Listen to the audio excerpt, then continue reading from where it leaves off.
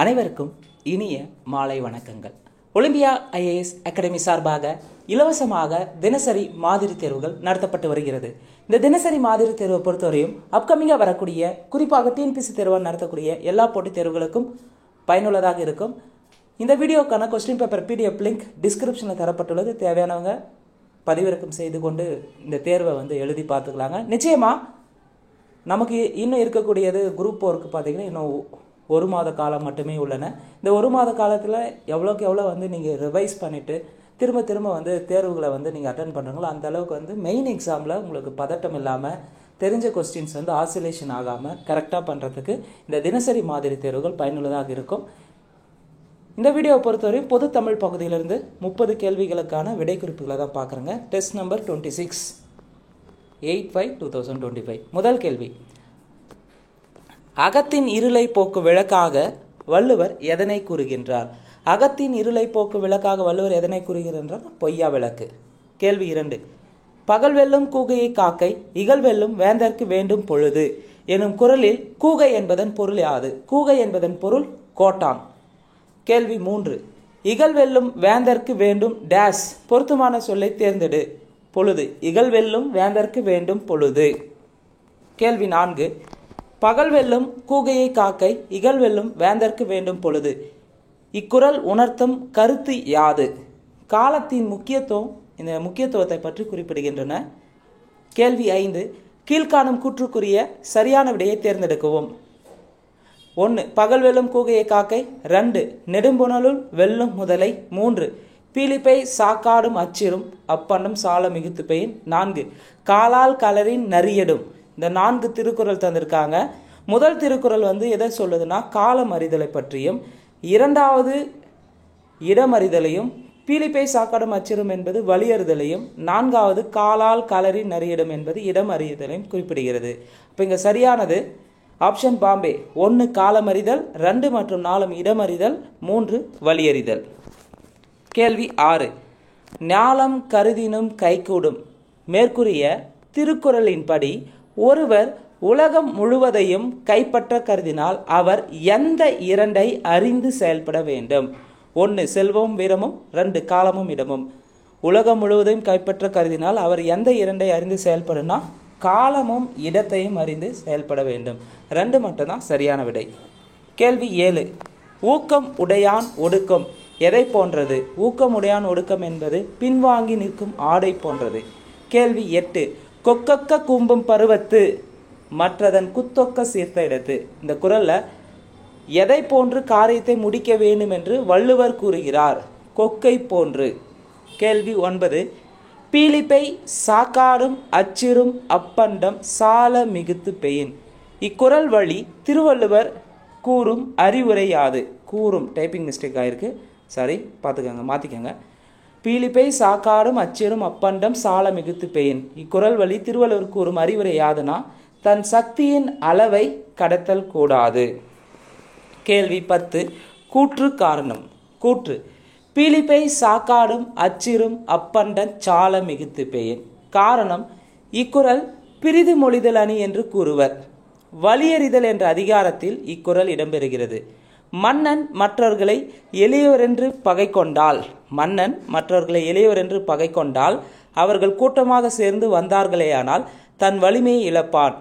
இதில் கூற்று மற்றும் காரணம் இரண்டும் சரி. கூற்றுக்கான காரணம் சரியான பொருள் ஆகும். முதல் 10 கேள்வி திருக்குறள் சார்ந்த இந்த 10 கேள்வியுமே ஏற்கனவே டிஎன்பிசி தேர்வாணையத்தால் கேட்கப்பட்ட கேள்விதாங்க. 11லேருந்து அடுத்து 20 கொஸ்டினும் டிஎன்பிசி தேர்வாணையத்தால் கேட்கப்பட்ட கேள்விகள் தான். கேள்வி 11, பொறுத்துக. குறிஞ்சிப்பாட்டின் ஆசிரியர் கபிலர். முல்லைப்பாட்டு ஆசிரியர் நப்பூதனார். பட்டினப்பாலை ஆசிரியர் கடியலூர் உருத்திரங்கண்ணனார். நெடுநல்வாடை ஆசிரியர் நக்கீரர். சரியான விடை ஆப்ஷன் ஏ.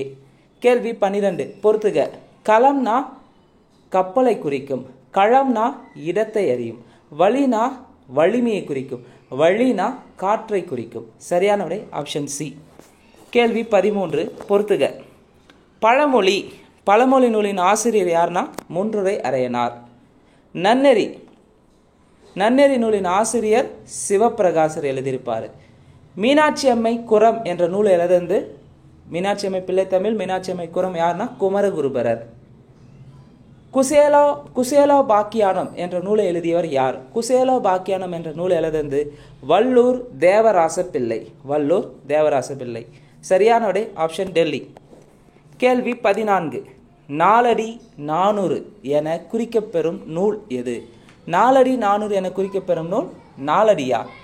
கேள்வி 15. திராவிட வேதம் என்று அழைக்கப்படும் நூல் எது? திராவிட வேதம் என்று அழைக்கப்படும் நூல் 4000 திவ்ய பிரபந்தம். கேள்வி 16. தற்கால தமிழ் இலக்கியத்தின் விடிவெள்ளி என புகழப்படுபவர் யார்?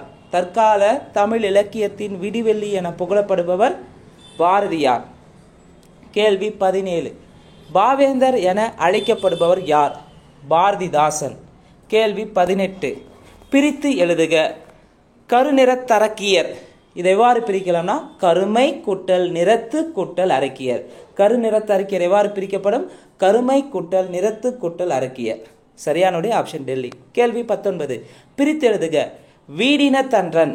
வீடினத்தன்றன் எவ்வாறு பிரிக்கலாம்னா வீடினது கூட்டல் அன்று கூட்டல் அரண். வீடினது அன்றன் எவ்வாறு பிரிக்கலாம்? வீடினது கூட்டல் அன்று கூட்டல் அரண். சரியானுடைய ஆப்ஷன் சி. கேள்வி 20. பிரித்து எழுதுக. மைத்தடங்கன்.